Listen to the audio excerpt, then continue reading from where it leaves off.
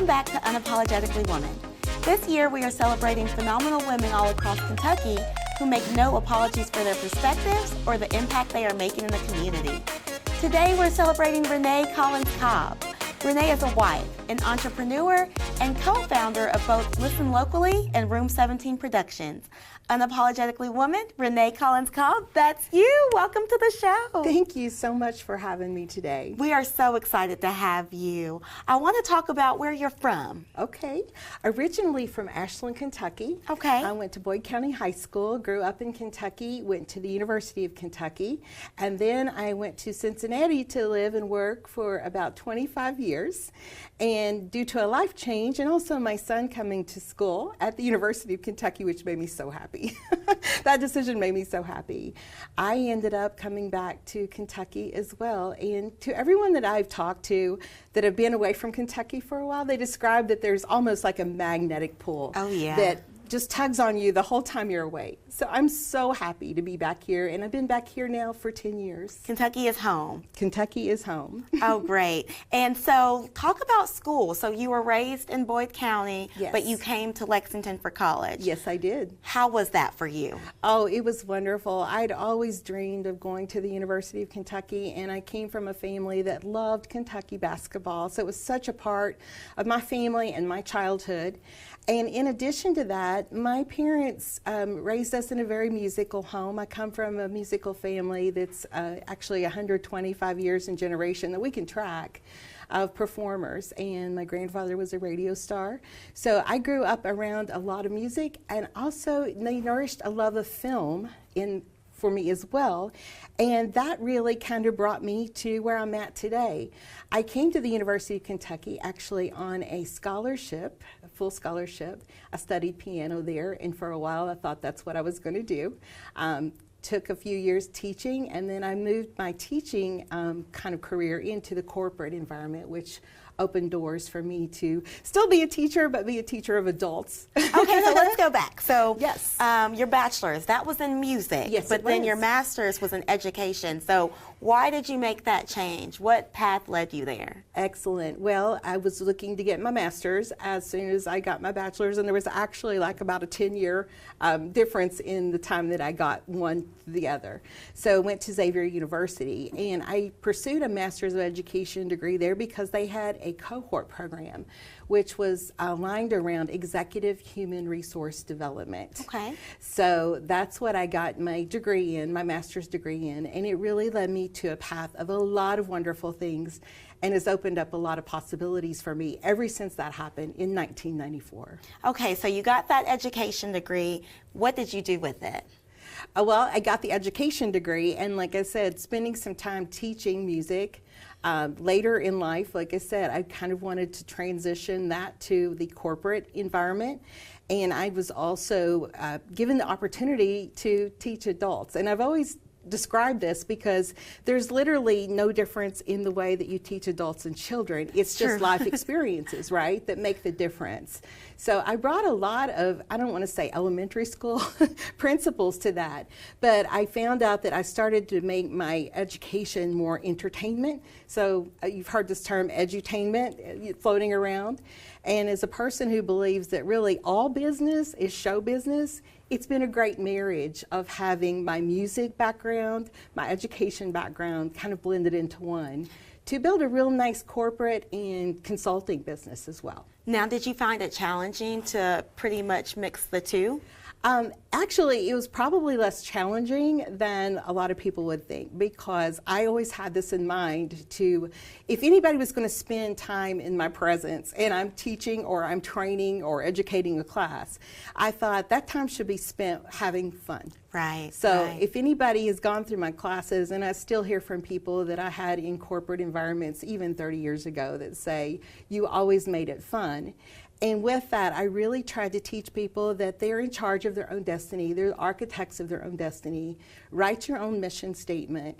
You know, become what you want to be in life. And that's what I really hope that was kind of implied through everything that I did as a corporate educator. Right, right. And then you got into media. So let's talk about that. How did you get there and what were you doing? Well, I have to back up because I did, when I moved back to Lexington, it was to marry my college sweetheart, who I also met at the University of Kentucky in the School of Music. We had dated a little bit during that time, but after graduation went our separate ways.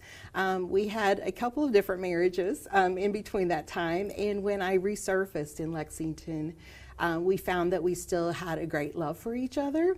So in all that I do, it's like always with him. So you met back up with your old college love. I did. How did that lead you into media? Well, it's just really interesting because after being in the corporate environment so long, you can just imagine that I'd set my music pretty much aside. And also becoming a mother and all kinds of things really get set aside until you can get to the point where they're kind of on their own.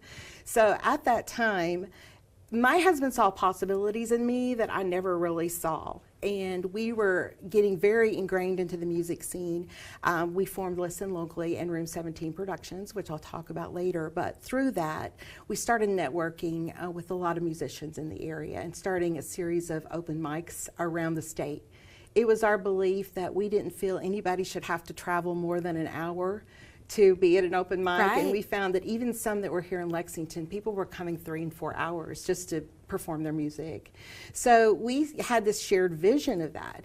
So there was an opportunity that came up with actually Lexington Community Radio, which is now known as Radiolex. Yes. And they were looking for a different type of radio show to kind of like present on their new format.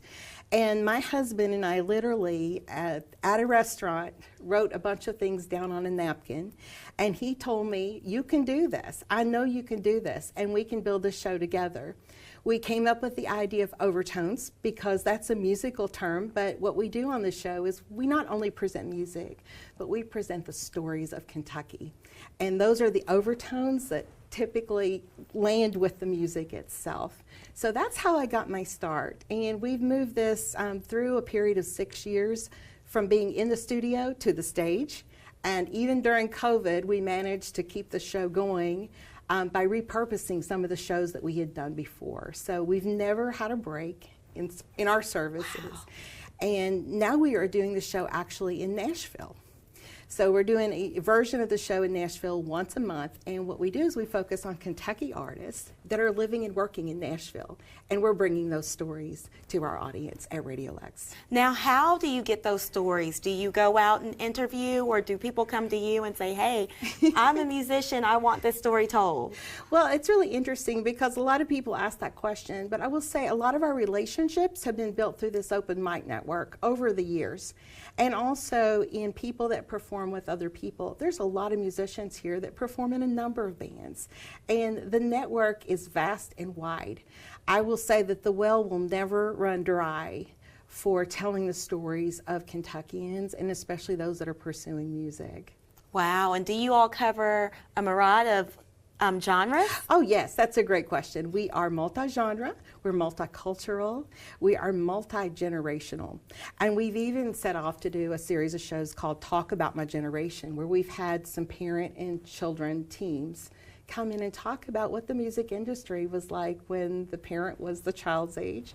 And we also ask the question, what do you think you can learn from someone that's younger? What do you think you learned from someone that's older? I'm a big believer that you should have a friend base and also a business base of somebody. I have friends that are 16 years old and I have friends that are 90 years old. And I learned something different from each person because they've grown up in a different era in life, and those have lessons for us all. I love that, and I love how inclusive that is. Yes. And I do know that you have some diversity, equity, inclusion, and belonging experience. Can you talk about that? Yes. So this corporate story kind of led into what was then known as leadership development. Back in the 80s, actually, is when I started. So over the course of time, leadership development has become a lot of things, and eventually somewhere actually through affirmative action, for example, coming into play. That really opened up the door for a lot of different training. And then we had some other things, American Disabilities Act. So each one of these things has really opened up the door for new possibilities in teaching people to think differently about the way that they work and the way that they work with each other. So what I love about this, it was a really natural progression to go into diversity, equity, inclusion. And that first opportunity came for me as part of moving back to Lexington and working at the University of Kentucky for a while in their unconscious bias initiative. I became very fascinated with this phrase unconscious bias because it's something we all have, and it's neither good nor bad, it just is. Right. So what the strategy and the skill is to learn about, it's okay for me to have thoughts, but if I make decisions that provide advantage for one and disadvantage for another, perhaps, that's when we have to kind of question our biases and bring them into play. So this has led to a lot of really great things, and also an infusion of all of those principles in everything we do at Listen Locally in Room 17 Productions. Right, and touching back to you being from Ashland, did you feel like you struggled or it was hard for you to learn about your own unconscious bias? Oh, definitely. And I am a curious person by nature. So I will just say, even growing up in Ashland, Kentucky, I went to the county school. And I did not experience a lot of diversity from K through 12. The first experience that I had with diversity and inclusion was actually coming to the University of Kentucky. So I was excited about that, and I embraced it because I was so fascinated with meeting people other than just Eastern Kentuckians. And as you know, even in the state, there is a wide range of diversity, even from the western to the eastern, from the northern to the southern, from Lexington to Louisville, and all of these bigger cities. So that's also really fascinated me as well. And it has also become very easy for me to realize how easy it is to make a snap decision about something that comes into our vision. And all we're doing at that point is storytelling. So, for example, I always ask people, do you like to people watch? Almost everyone will say they enjoy people watching. I enjoy it. And that's actually what's happening is when we people watch, we're observing behavior, and we can only see what we see with our eyes. But what we can't see, we tend to tell a story or we make up a story. And that's where the disconnect happens.